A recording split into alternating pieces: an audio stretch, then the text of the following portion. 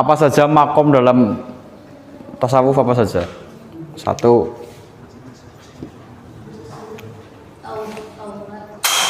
taubat.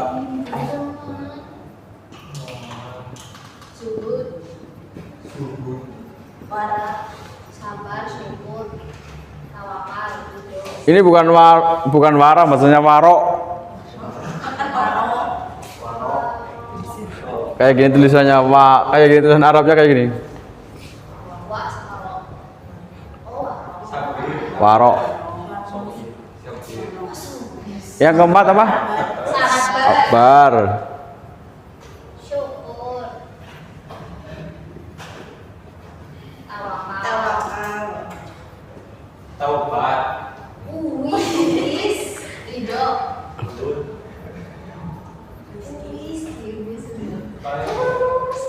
Sudah 7? Adanya 7. Kalau ahwal apa wae? Mahabbah. 1, Sabar. 2, apa coba? Khauf. Roja. Roja itu nama televisi ya, Roja TV itu ya. Roja. Lukman. Tumanina. Mahabbah, khauf, roja, apa lagi? Tumak nina. Syok. Berdiri sendiri. Syauk. Terus apa? Tumak nina. Yakin pasti.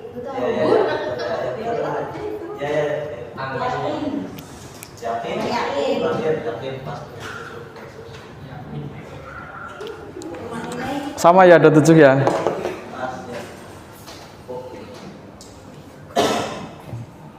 Sudah tahu semua kan pengertiannya tobat tahu. Zuhud tahu. Waro tahu. Sabar tahu. Syukur, tawakal, ridho, mahabbah tahu.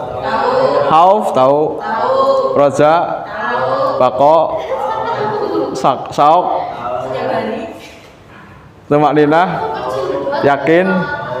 Ya sudah. Secara sederhana di tasawuf itu gini, bedanya makom dan hal. Kita harus membedakan dulu bedanya makom dan hal itu apa coba? Makom merupakan tahapan-tahapan yang bisa dicapai melalui usaha dan latihan. Ya. Kalau awal yang berani langsung dari Allah dan berusaha khusus. Tahapan yang bisa dicapai melalui usaha. ya. Diberikan oleh Allah sebagai karunia. Kalau ini apa? Diberikan oleh Allah sebagai karunia. Iya. Karunia.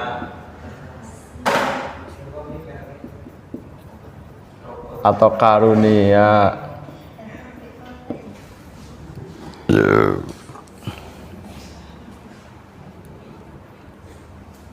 Ini sebetulnya teori sih.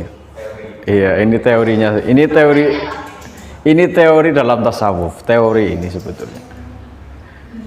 Jadi makom itu ini tadi ya tahapan kelas-kelas undang-undangan gitu kan, atau langkah-langkah strategi atau tata caranya bisa.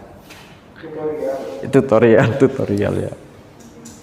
Tahapan ya melalui usaha. Jadi kalau yang makom ini diusahakan. Kalau yang ahwal itu diberikan oleh Allah atau sebagai karunia atau hadiah. Iya, atau surprise. Kalau ini usaha, kata kuncinya di sini. Kalau ini hadiah ya. Hadiah kan usaha itu wajib. Kalau hadiah kan Iya, atau ini kewajiban. Ini hak.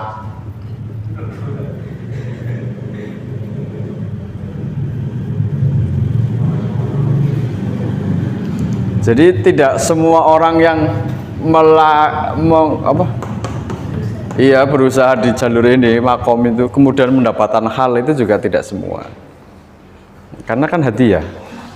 Hadiah kan bisa ya bisa enggak. Iya tahu kan bedanya hak dan kewajiban. Ya kalau kewajiban itu yang harus dijalankan atau ditunaikan. Kalau hak itu yang didapat, tahu kan? Nah ini kayak gini. Jadi kalau makomat itu kewajiban yang harus diusahakan, terus hal ini hadiah. Sekarang makom yang pertama itu taubat. Jadi dalam perjalanan spiritual seorang sufi atau salik, tahu salik ya? Salik tahu salik? Enggak. Apa salik? Iya. Salik. Ini salik orangnya atau ilmunya atau apa ya? Komunitasnya apa ya? Suluk. Salik dan suluk. Makanya ada istilah ngaji suluk. Tahu pernah dengar istilah ngaji suluk? Pernah. Ngaji suluk.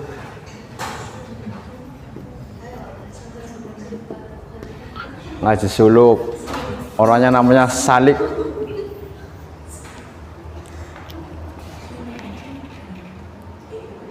Seorang salik, perjalanan yang harus ditempuh oleh seorang salik yang pertama taubat.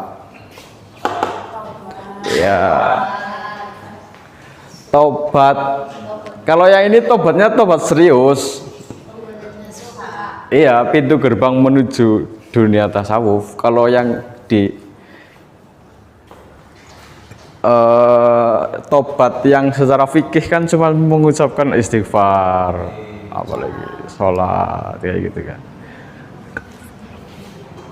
Kalau ini betul-betul tobat lahir dan batin.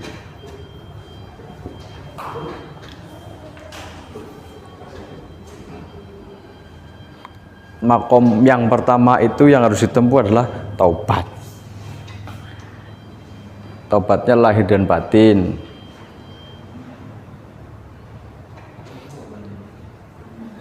Jadi kalau dalam tradisi thariqah,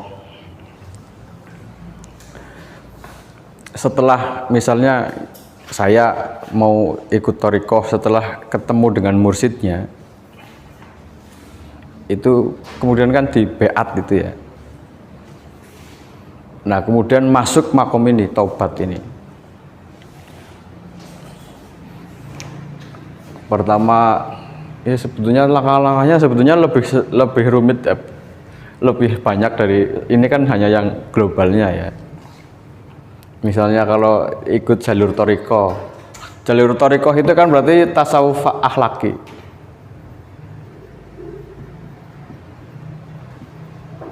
Akhlaki yang jalur thariqah. Ya kan pertama mencari mursyid.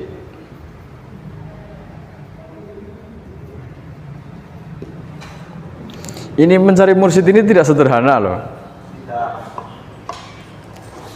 Tidak seperti kita mencari guru, kamu mau bimbingan skripsi, dosen pembimbingnya siapa? Dicari orangnya. Pak, jenengan ada di mana, saya mau bimbingan. Oh, saya di Jakarta. Besok baru pulang, kamu tunggu gitu. Tidak sesederhana itu, karena kalau bimbingan skripsi kan urusan fisik ya, urusan administrasi, urusan fisik. Kalau mursyid di sini urusannya batin. Mencari mursyid ini sama dengan mencari, kalau laki-laki ya mencari istri, kalau perempuan yang mencari suami gitu. Betul-betul mencari sosok seorang guru yang nyambung atau klik. nyambung ya sesuai dengan ya pas di hati. Mencari mursyid itu tidak sesederhana kamu misalnya tahu di Purwokerto Baturaden ada mursyid thariqah, kamu ikut ngaji ke sana, kemudian kamu langsung beat gitu. Ya itu bisa, tapi nanti itu hanya jadinya formalitas, nggak pakai rasa itu, nggak pakai rasa. Iya itu hanya formalitas saja. Jadi mencari guru itu juga harus menggunakan pendekatan rasa. Ya mirip kamu mencari pacar lah intinya itu. Mencari guru sudah ketemu, katakanlah sudah ketemu.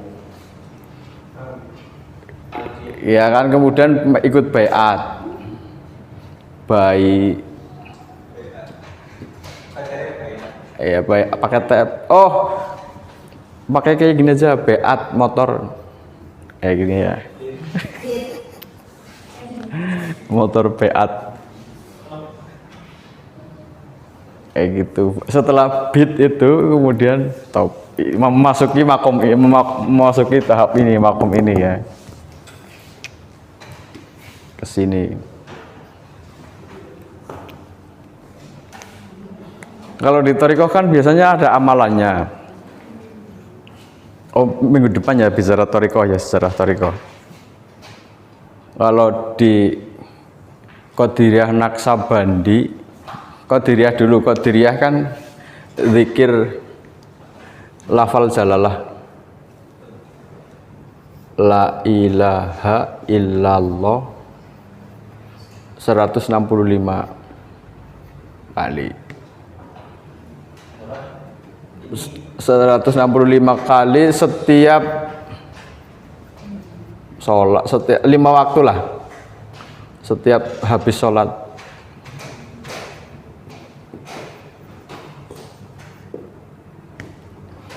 Kalau ini Qadiriyah ya,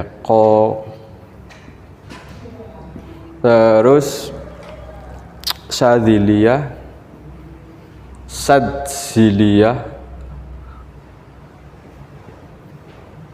itu la ilaha illallahnya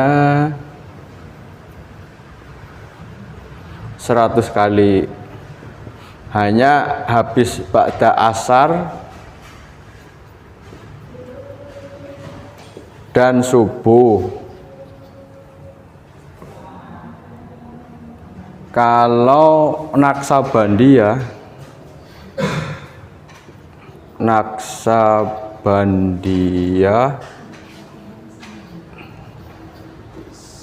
itu zikirnya cuma Allah. Tapi berapa ya? Ada 7 titik kan, 7 titik 1, 2, ada 7 titik yang harus dizikiri. Berapa ya? Di sini, ya memang posisinya di sini sih ya. Agak memang posisinya di sini. Namanya titik latifah itu. Ini di puting susu sebelah sini gitu. Ya memang agak kayak gitu. Memang dari sananya begitu, jangan dianggap pesum. Memang dari sananya begitu. Aman, Pak. Aman ya. Jadi ada 7 titik yang harus dizikiri di Naksabandiyah. 7 titik. Namanya 7 titik yang sangat lembut itu apa? Latifah. 7 titik latifah. 7 titik latifahnya itu apa baik? 1 di sini. Ini puting susu ya. Kamu nggak usah, jangan ngeres dulu. Ini memang dari petunjuknya dari sana begitu. Puting susu sebelah. Ini puting susu. 2 jari di luar. Ini kan. Nah, berarti di sini posisinya. Agak ke bawah. Nanti iya kanan kiri ya. Terus sini ada lagi. Berarti sini 1, sini ada lagi. Sini 1, sini ada lagi. 4, 5 di sini. 6 di sini. 7 seluruh tubuh. Itu titik latifah ada 7.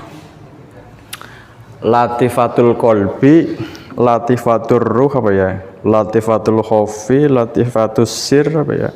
Saya lupa istilahnya, ada 7 lah intinya itu. Bisa di browsing sendiri besok lah ya, dibahas besok baik.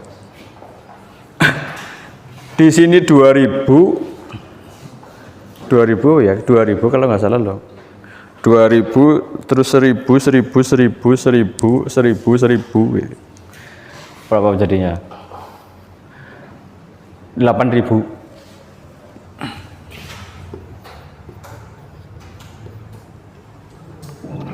8.000 kali setelah habis sholat, ba'da sholat. Makanya kalau di Naksabandiyah, yang saya pernah tahu Naksabandiyah, Khalidiyah itu kan pikirannya pakai tasbihnya 2, pegang tasbihnya 2, kanan dan kiri.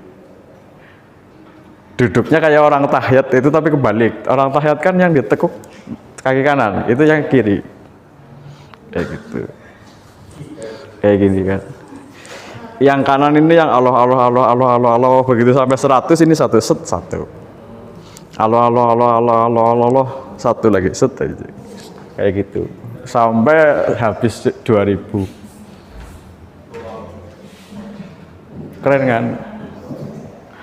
Makanya sampai inilah, makanya kan sampai yang ditutupi kain mukanya pernah lihat? Pernah, minimal pernah krungu cerita ya. Makanya kan ditutup pakai kain lah, ada yang sorban, ada yang pokoknya kain, supaya konsentrasinya tidak kemana-mana.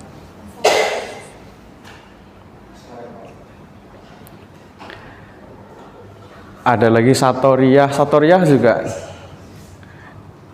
la ilaha illallah. Kalau Qadiriyah Naksabandi gabungan Qadiriyah dan Naksabandiyah. Thariqah Qadiriyah wan Naksabandiyah. Ini gabungan. Dikiranya 2, ini iya gitu. Tapi jumlahnya tidak sebanyak itu. Kemudian setelah menjalani ini zikir-zikir ini, kalau di thariqah itu ya. Dan di sini pun dari makom tobat ke zuhud ini tidak ada batasan di sini berapa tahun atau berapa hari, itu nggak ada patokannya. Setiap orang beda-beda. Bisa juga dari tobat langsung zuhud bisa dalam 1 hari, atau bisa juga sampai seumur hidupnya selesai, tobatnya belum selesai juga ada. Gitu. Masing-masing orang beda-beda. Dari tobat, zuhud ke waro pun sama. Zuhud itu benci dunia. Zuhud itu Tidak apa ya? menjadikan dunia Belum dibahas sebagai ya? tujuan utama.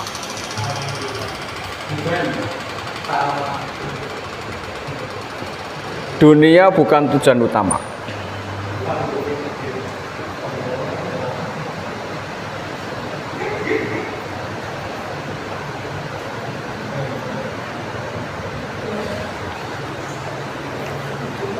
Ya, tujuan utamanya kemana? Berarti kalau dunia bukan tujuan utamanya akhirat.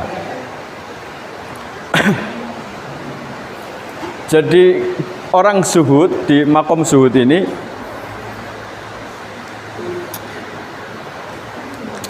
dia bekerja boleh, menjadi kaya boleh, jadi pejabat boleh, mengurusi urusan dunia boleh, punya kendaraan mewah, punya istri 4, punya harta berlimpah, punya emas di gudang gitu boleh, asal harta bendanya itu tidak dimasukkan. Iya. Contoh sederhananya, dia punya motornya dicuri orang, tidak masalah, tidak marah. Dia punya harta banyak, ada orang datang meminta, ya diberikan. tidak, kalau kita kan ngode-ngode dewek, apa, ngode kan mau kayak gitu ya. Kalau di Zuhud ini enggak, punya duit banyak, ada orang datang, tiba-tiba ada orang datang minta ya dikasihkan.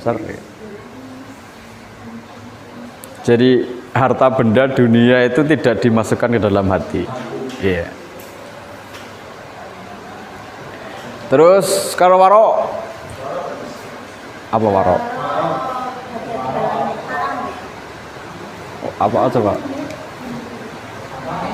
Coba browsing.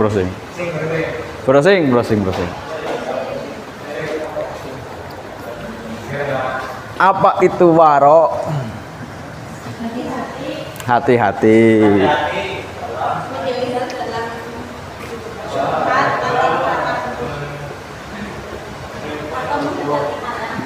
Hati-hati apa? Menjauhi haram.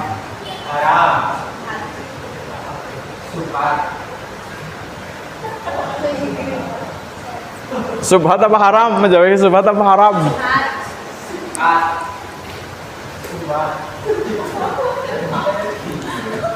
Bedanya haram dan subhat apa? Oh, sana belum bersuara. Bedanya haram dan subhat apa? Kalau subhat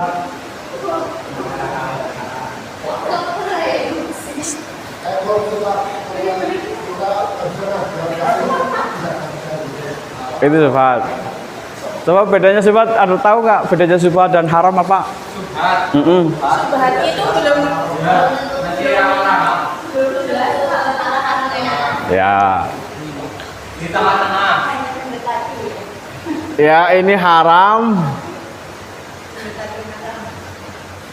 Ini halal. Nah, subhat itu di sini ya. Ya. Belum jelas status halal dan haramnya belum jelas.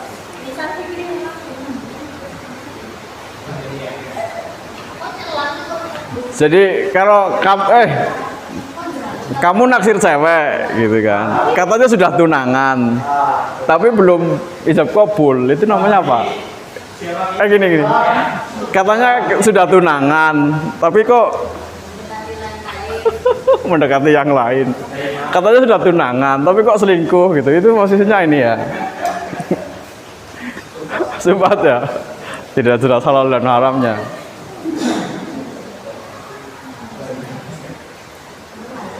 Kalau urusan ini biasanya lebih banyak di urusan makanan. Lebih banyak di urusan makanan. Yang paling banyak dibahas ketika membahas subhat ini urusan makanan ya kaitannya.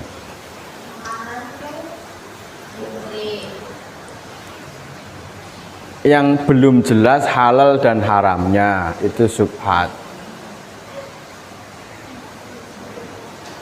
Jadi kalau kamu sudah menikah kan sudah jelas halalnya. Tapi kalau belum menikah kan haram jelas ya. Ya posisi iya kan. Kalau sudah dinikah kan halal jelas halalnya. Kalau belum dinikah kan haram. Nah subhat itu di antara tengah-tengah itu.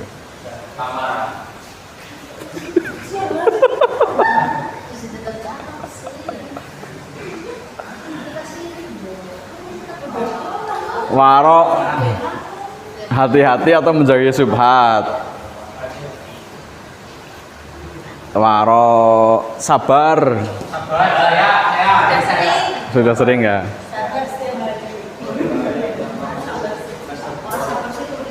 Terus syukur, tahu ya?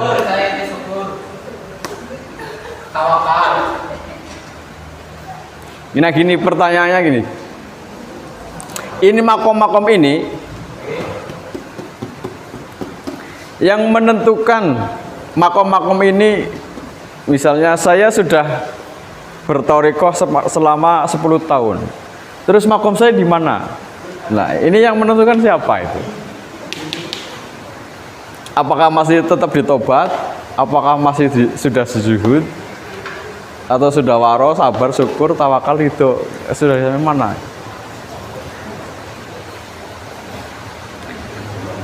Ini juga misteri ini. Ini juga misteri. Prakteknya tidak semudah ini, prakteknya. Tidak semudah itu.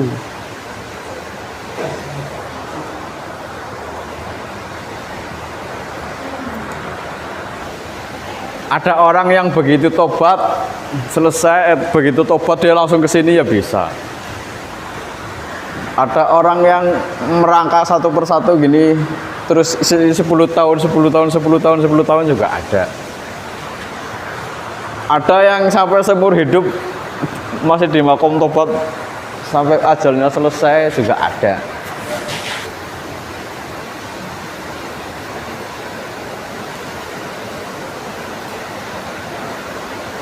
Ini makom zuhud, waro, misalnya makom zuhud.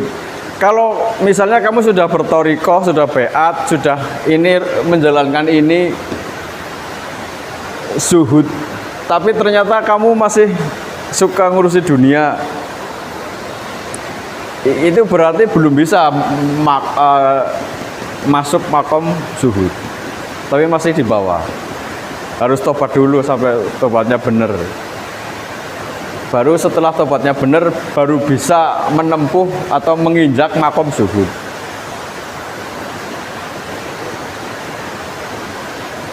Jadi kalau kamu belum saatnya masuk makom zuhud, dipaksa pun kamu gak akan bisa. Ini juga sama. Seumpama kamu belum saatnya masuk makom waro, dipaksa itu nggak bisa. Ya kalau kita sekolah ya, kamu sampai ikut les privat, les apa biar nilainya biar lolos gitu kan. Kalau di sekolah kan bisa seperti itu, kalau di sini enggak. Karena ini kaitannya keadaan lahir dan batin. Begitu juga sabar. Kalau kamu belum saatnya memasuki makom sabar, yuk kamu nggak akan bisa. Dipaksa-paksa nggak bisa. Tapi begitu kamu memasuki makom sabar, ya itu otomatis dengan mudahnya kamu melakukan itu, menjalankan itu. Sampai kamu muk aja kesabaran sih ngapa jadi wong kayak kan. Sabar baik. Sampai kamu akan dicemooh orang. Syukur juga sama. Biasanya kan kalau sudah makomnya ini cobaannya banyak. Karena sabar itu. Sabar, syukur, tawakal, ridho. Itu makom seperti itu. Kalau hal, sekarang hal.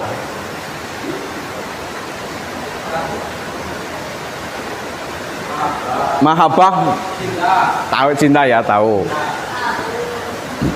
Ini kaitannya ini apa ya? Tadi kaitannya ya. Kalau sudah nikah kan jelas halal. Kalau belum nikah kan haram. Kalau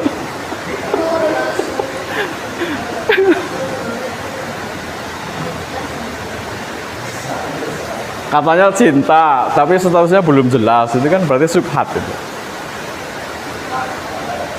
Ini mahabbah, ya mahabbah ilallah. Angel basi pakai Arab lah. Mahabbah ilallah. Khauf, takut. Takut apa? Takut yang seperti apa yang dimaksud di sini?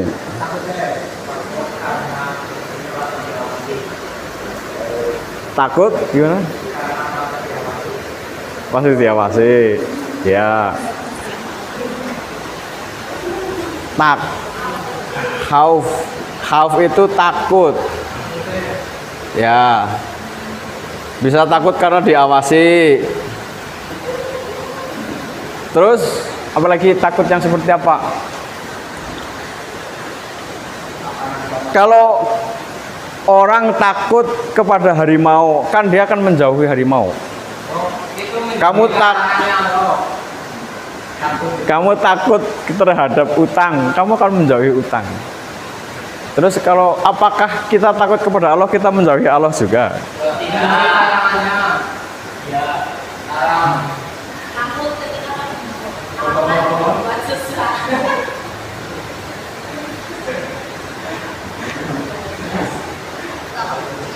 Roja, kalau roja berharap ya.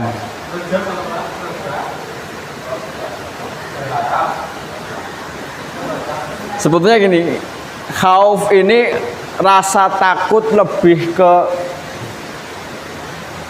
apa ya? Kaitannya ya kalau kita sebagai manusia, kalau orang awam punya rasa cinta, kamu cinta dengan seseorang, ya pasti kan kamu di dalam cinta itu ada selipan, ada apa selipan apa namanya? Iya, penggalan atau apa ya, seling apa namanya? Iya, sebuah perasaan yang terselip, perasaan akan takut, iya takut ditolak, takut tidak bisa memiliki, takut lebih ke arah situ. Takut ditolak, takut tidak bisa memiliki, takut tidak bisa menjadi pasangan yang sempurna, takut kayak gitu. Lebih ke arah situ takutnya. Takutnya lebih ke arah situ.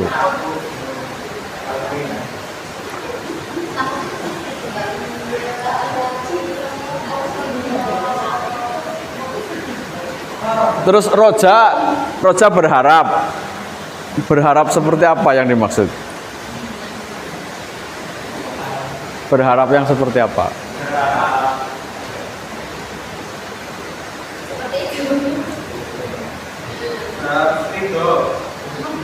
Iya, lebih ke arah sana ya. Ini sama sebetulnya. Ketika seseorang itu sedang jatuh cinta, kan ada selipan rasa takut dan rasa berharap. Khauf dan roja. Takut tidak bisa tidak bisa menjadi pasangan yang sempurna, takut. Tapi sekaligus berharap, ingin memiliki, ingin mendekat, ingin secepatnya, takut kehilangan, seperti itu.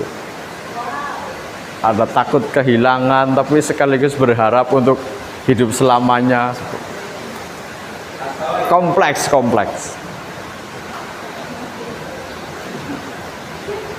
Khauf, roja. Kalau bako sudah kemarin ya, sama kemarin. Tetap. Kalau sauk, apa sauk? Rindu. Oh, itu ya.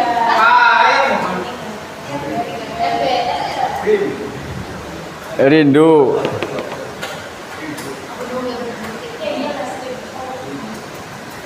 Tumak ninah. Iya. Ini sebetulnya mirip-mirip kalian jatuh cinta sih. Ini sebetulnya ada ini. Kalau kalian jatuh cinta itu ada ini semua.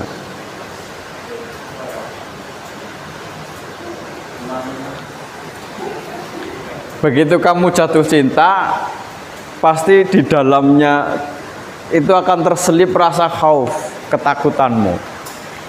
Tapi sekaligus rasa roja, mengharap, berharap. Takut kehilangan, takut. Apalagi sih Mbak, kamu pernah jatuh cinta kan? Masa belum pernah jatuh cinta kan? Emang kalian masih belum dewasa? Masih polos.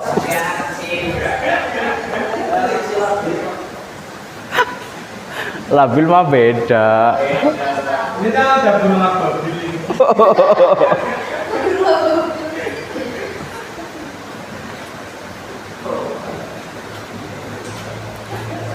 Ya ini mirip-mirip kamu jatuh cinta. Mahabbah itu cinta. Kamu jatuh cinta.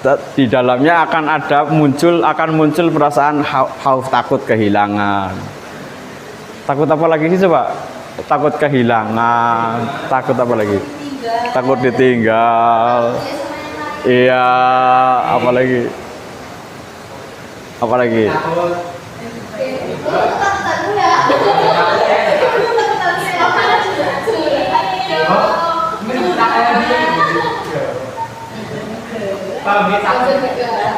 Takut ditinggal, takut kehilangan, takut dia selingkuh, takut. Terus ada di samping takut itu ada roja juga kan, mengharap, berharap. Berharap apa? Berharap bisa memiliki, berharap selamanya, apa lagi? Berharap.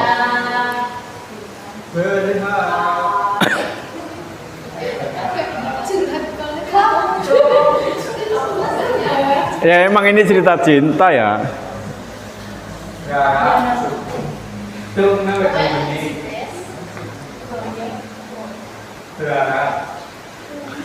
Ini juga kayaknya bisa diterapkan ketika kamu jatuh cinta juga ini. Yang pertama kamu tobat.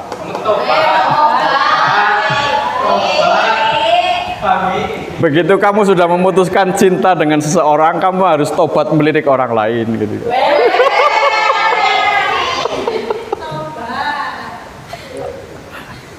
Harus tobat lahir batin melirik orang lain gitu.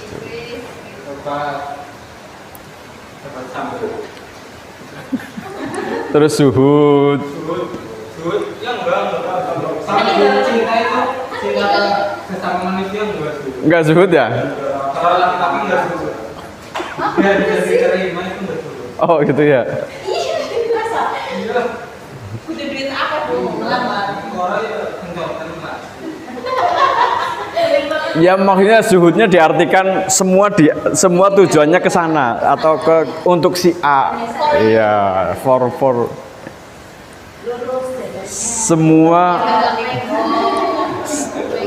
semua usaha diarahkan hanya untuk dia satu-satunya.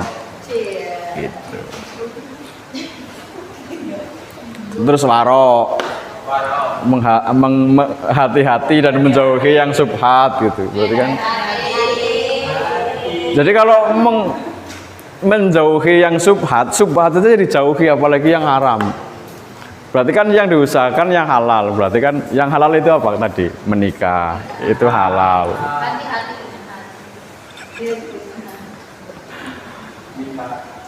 Menikah itu halal. Kalau belum menikah kan berarti haram.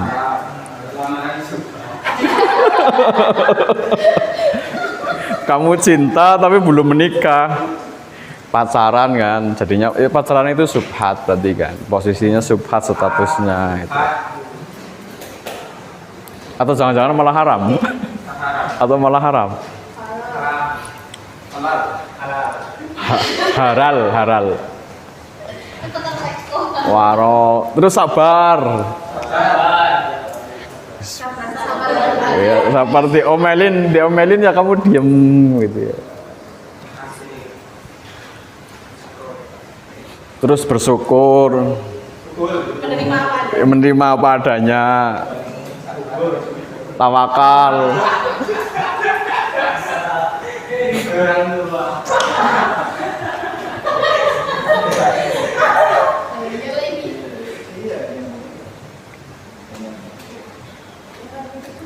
Ya kan lebih mudah memahami ini lewat ketika kamu jatuh cinta. Coba ketika kamu jatuh cinta, kamu dalami, kamu perhatikan diri sendiri. Yang muncul di perasaan itu apa saja.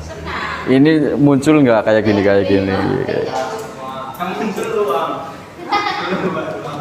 Khaufnya nongol nggak, rojanya nongol, bakoknya, rindunya. Tumak ninah itu tenang ya, saya sudah tidak mencari lagi. Hatinya sudah tenang, tidak mencari lagi. Itu mani aku. Jadi kalau belum menikah kan masih ada pencarian ya, hatinya kan mencari-cari. Iya, mencari-cari seleksi kira-kira siapa ya yang mau dinikahi atau siapa yang mau dilamar. Seleksi siapa yang mau diseleksi. Tapi begitu sudah dapat kan sudah tenang. Sudah tenang hatinya, sudah nggak nyari-nyari lagi. Iya, tinggal meyakinkan. Tinggal menyamakan keyakinan. Jadi kan tidak boleh menikah beda keyakinan kan. Kamu yakin, dia nggak yakin, itu nggak boleh. Jadi menikah itu harus dengan orang yang keyakinannya sama. Kamu yakin, dia yakin. Tapi kalau kamu yakin, dia nggak yakin, jangan. Sakitnya di sana. Ini juga hal ini juga banyak loh. Aslinya ini lebih banyak. Ada orang yang begitu dia masuk thariqah, kemudian dia ketemu. Jadi hal ini lebih kayak apa yang kita dapatkan dalam perjalanan, apa yang kita temui dalam perjalanan tasawuf itu. Misalnya ketemu dengan jin, masuk alam jin, atau masuk alam jin atau masuk alam sana lah ya, ketemu dengan dunia-dunia aneh gitu. Itu juga hal juga. Pengalaman spiritual itu hal. Kalau mimpi bagaimana? Ya mimpi juga kaitannya iya. Berarti itu bisa jodoh tuh. Ya iya. Betul. Pembahasan kemarin. Iya betul. Saya berarti. Masya Allah. Termasuk iya, ini kan pengalaman spiritual ini semua.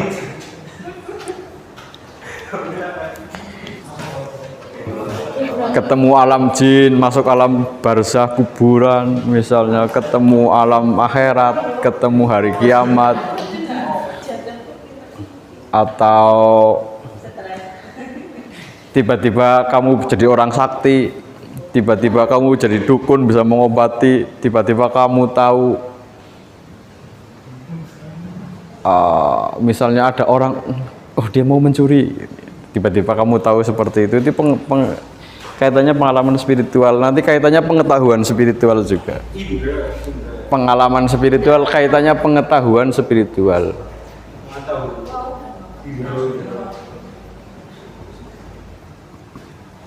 Pengetahuan spiritual itu ya bahasa idealnya atau bahasa tertingginya ma'rifat itu ya. Tapi kan sebetulnya di luar ma'rifat ini sebetulnya luas. Sebuah istilah yang sangat luas pengertiannya. Makanya saya lebih sukanya, lebih enaknya mengatakan pengetahuan spiritual. Kalau ma'rifat kan nanti pengetahuan spiritual tentang ketuhanan, tentang ketauhidan. Kalau pengetahuan spiritual yang ini kan lebih umum, bisa juga nanti larinya ke klinik, menjadi jaduk, kesaktian, perdukunan, pengobatan,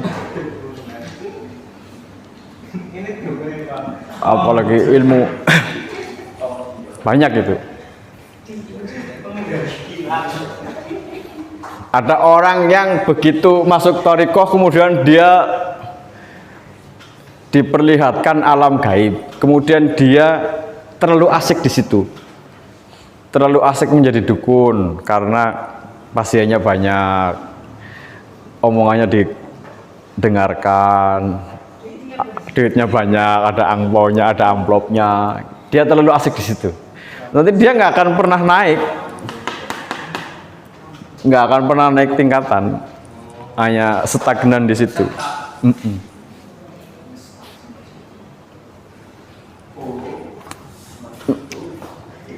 Misal waro makom syukur misalnya, kalau di makom ini kan nanti bisa juga ketemu dengan harta benda yang melimpah, bisa juga seperti itu. Tiba-tiba ada orang yang menawari jadi pejabat, Misal loh, misal kan bisa juga.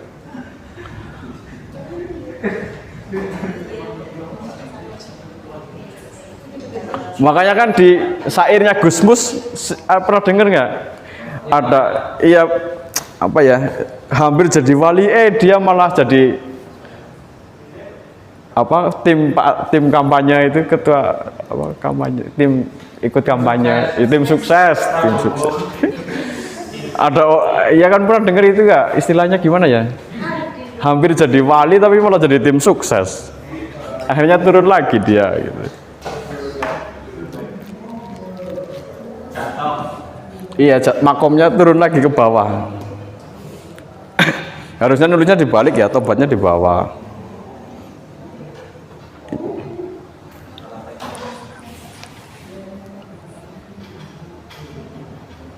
Pokoknya asik lah, dunia tasawuf itu asik.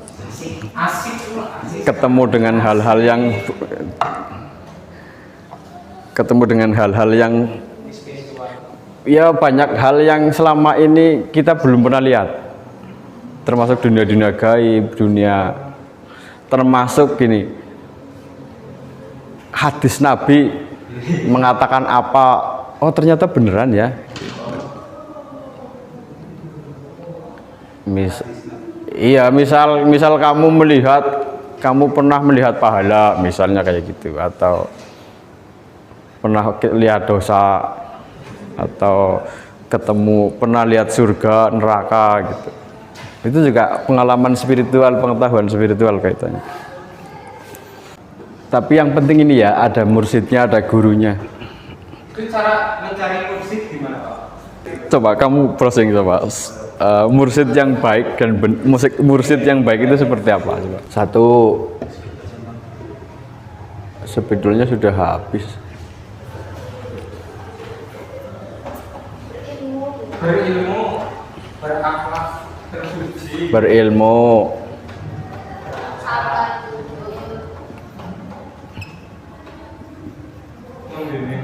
Berilmu itu berarti kan salah satu kriteria berilmu kan berarti maksudnya dia kiai. Tapi juga dia dukun lah bahasa kasarnya. Bisa mengobati atau dokter. Iya. Atau konselor.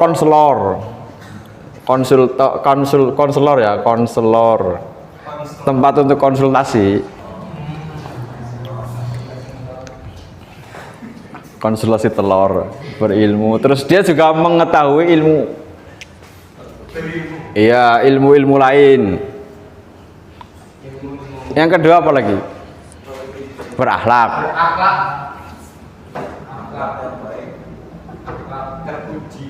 Berakhlak nanti kan tanda-tandanya mengamalkan ilmunya lah.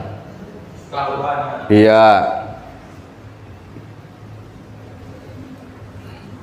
Dia bilang suruh sabar, dia sendiri nggak sabar. Dia bilang tobat, dia nyuruh tobat, dia sendiri belum tobat. Ya, terus ketiga,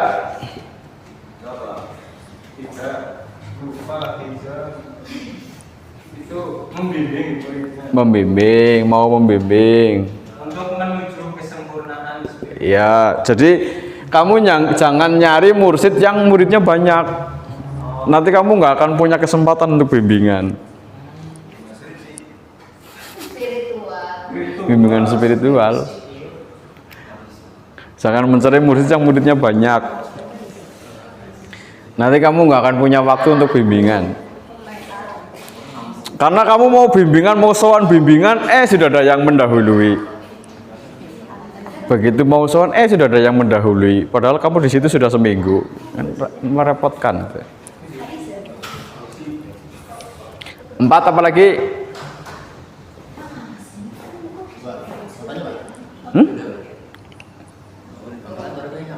Kenapa?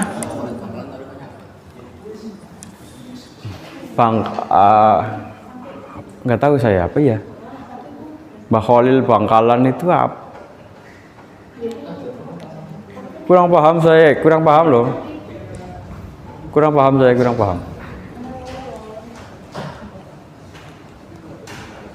Semester piro Bos? Ini Sudah ada lagi nggak? ada yang Apa?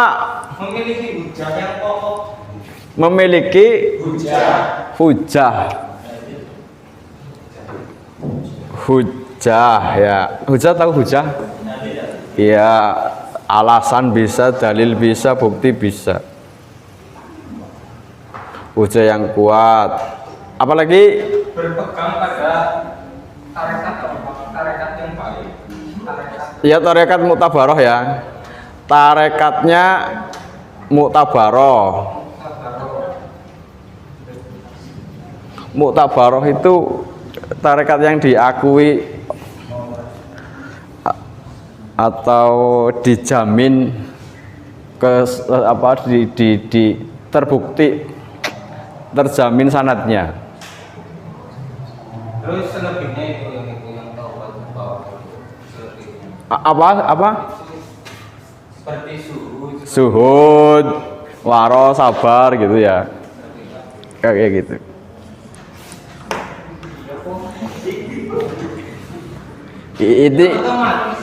Ini kriteria secara lahiriah. kalau batinnya Ya kalau batinnya begitu kamu datang ternyata kamu nggak cocok. Nggak cocoknya bisa juga macam-macam. nggak jatuh cinta. Mungkin karena bahasanya nggak nyambung. Dia bahasanya Inggris, kamu nggak bisa bahasa Inggris. Kan nggak cocok. Dia bahasanya Sunda, kamu bisanya Jawa. Kan nggak cocok. Iya, kamu komunikasinya pakai WA, dia nggak punya WA, kan nggak cocok. Misal. Kayak gitu.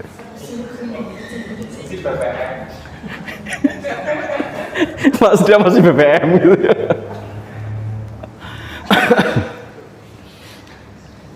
Ini kriteria secara lahiriah seperti itu, secara yang tidak diceritakan kan banyak. Sampai akhirnya kamu itu memutuskan saya mantep ketemu beliau, menjadikan beliau jadi guru, sampai seperti itu, sampai muncul kesimpulan seperti itu. Sudah 5:30 ya? Sudah tutup dulu lah ya. Kita lanjutkan nanti. Nanti ada yang presentasi kan? Bagus. Kelompoknya siapa berarti? 2 orang ya? Ini sama Bude. Sama Bude.